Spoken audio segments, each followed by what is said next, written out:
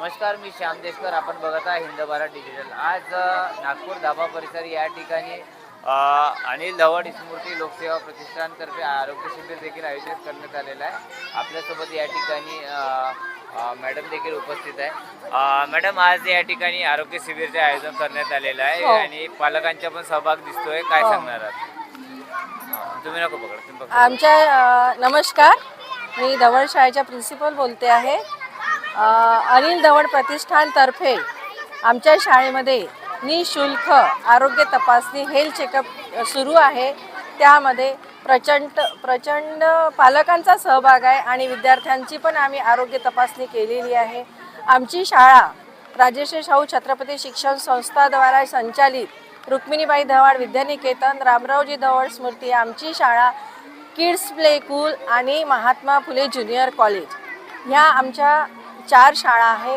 तर या आमची शाळा ही स्लम एरियातले असल्यामुळे आमचे पालक एवढे हे नसले, त्यामुळे आमच्या शाळेतल्या विद्यार्थ्यांची पटसंख्या कशी वाढवावी, आमचे विद्यार्थी कसे सुदृढ व्हावे, त्यांची आम्ही कशा प्रकारे आरोग्य तपासणी जितक्याही तपासण्या आम्ही सर्व आमच्या शाळेचे जे संचालक आहे स्वानंद धवड साहेब हे सदोदित प्रयत्न करत असतात आणि त्यांच्या प्रयत्नाच्याच पराकाष्ठाने आज या दाभा परिसरामध्ये हे शिबिर आयोजित केलेलं आहे आणि या शाळेला त्या शिबिराचा आणि या गावाला पण खूप चांगला लाभ मिळालेला आहे.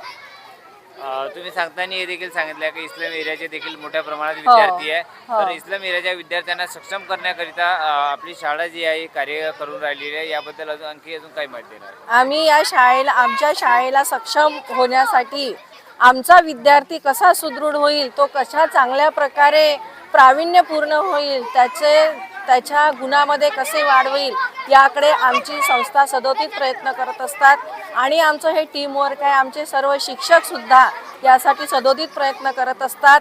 त्याचेच परिणाम म्हणून आज आमच्या शाळेची पटसंख्या 1000 आहे आणि आमच्या शाळेचा दरवर्षी निकाल 10व्या वर्गाचा आणि 12वीचा हा 100% लागतो विदाऊट ट्युशननी.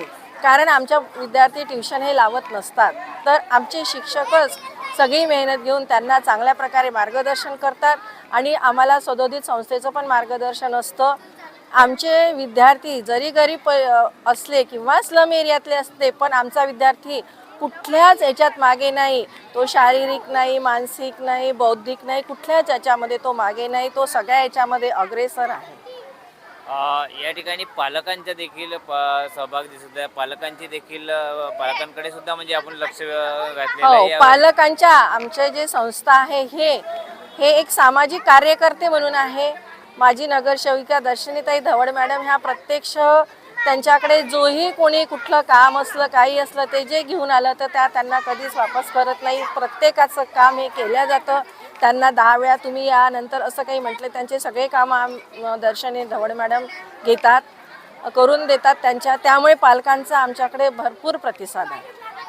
आणि कलावरती पण कला आणि संस्कृतीवरती पण सुद्धा आता आमच्या शाळेत तुम्हाला सांगू इच्छिते, आता आमच्या शाळेमध्ये 27, 28, 29 तिन्ही तारखेला स्नेहसंमेलन आयोजित केलेलं आहे.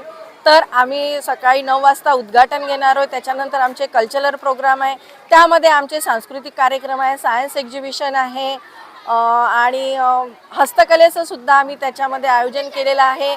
म्हणजे जे मुलं स्नेहसंमेलन याचा अर्थच असा आहे की स्नेह म्हणजे सर्वांनी मिळून करायचं कार्य.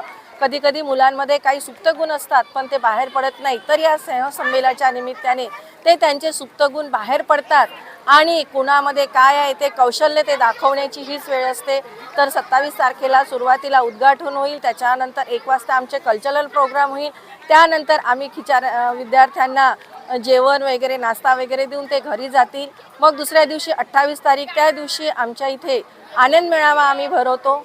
तो आनंद मेळावा फक्त आणि फक्त आमच्या विद्यार्थ्यांसाठी असतो. बाहेरच्या लोकांना त्यामध्ये प्रवेश नसतो. आमचेच विद्यार्थी तयार करतात, आमचेच विद्यार्थी घेतात आणि त्याच्यानंतर मग परत आम्ही 1 वाजता कल्चरल प्रोग्राम ठेवला आहे. त्यामध्ये सुद्धा सायन्स एक्झिबिशन आहे, हस्तकलेचा पण हस्तकला हे आहे आणि रांगोळी स्पर्धासुद्धा आहे.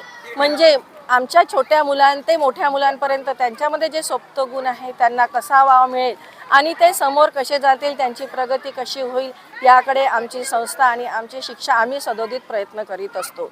मग 29 तारखेला आमच्या शाळेमध्ये 2 दिवस झालेल्या कार्यक्रमाचा समारोप आहे. 29 तारखेला आम्ही त्याचा समारोप ठेवलेला आहे.